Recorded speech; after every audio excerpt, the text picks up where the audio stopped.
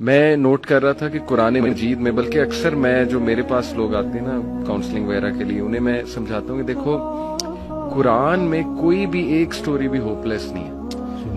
دنیاوی نتائج کے حوالے سے بھی، ایک تو ہے نا اخروی نتائج کے حوالے سے تو ہوپ لیسنس ہو ہی نہیں سکتی مومن کو، دنیاوی نتائج کے حوالے سے ہوپ لیسنس نہیں ہے۔ آپ دیکھیں حضرت یعقوب علیہ السلام،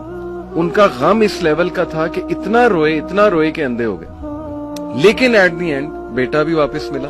بادشاہ بن کے واپس ملا، اور بینائی بھی واپس آئی۔ حضرت ایوب کا میں تفسیر پڑھ رہا تھا، اکثر بھی سورہ انبیاء میں کافی انبیاء کو اللہ تعالیٰ نے ڈسکس کیا ہے، اسماعیل اسلام، ذوالکفل،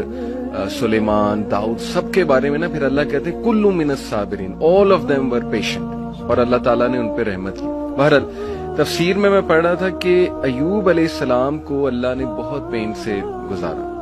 یعنی وہ رو پڑے، اور انہوں نے کہا کہ ندا لگائی جب انہوں نے کہ انی مسنی الضر وانت ارحم الراحمین، کہ اے میرے رب تکلیف نے مجھے چھو لیا ہے اور تو بے شک تمام رحم کرنے والوں میں سے رحم کرنے والا ہے۔ تو لکھا ہوتا ہے تفسیر میں کہ the reason اللہ تعالیٰ made him go through all this tough time was to tell everyone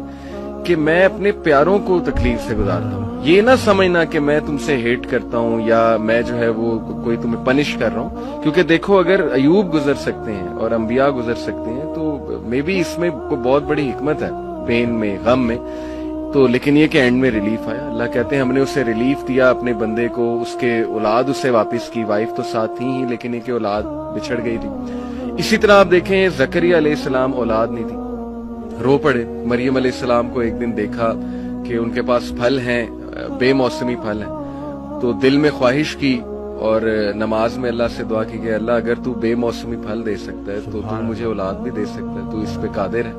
اور پھر یہ الفاظ کہ اللہ میں تجھ سے دعا کر کے کبھی مایوس ہوا ہی نہیں۔ تو آپ دیکھیں کہ اس وقت بچے دیے اور پھر وہ خود ہی حیران ہو گئے، یعنی آپ انسان کی حالت دیکھیں، پہلے خود ہی دعا کی، پھر جب اللہ تعالیٰ نے بچہ دے دیا تو حیران ہو گئے، کہتے ہیں اے رب مجھے کیسے ہو سکتا ہے۔ اسی طرح کئی مثالیں ڈاکٹر صاحب ہیں، یوسف علیہ السلام کی، موسیٰ علیہ السلام، یعنی سیڈ اینڈنگ تو ہے ہی نہیں۔ میں ہمیشہ انہیں سمجھاتا ہوں کہ دیکھو اللہ سے امید انسان سے لگاؤ گے تو سیڈ اینڈنگ ہے، وہ پھر سیڈ ہوگی۔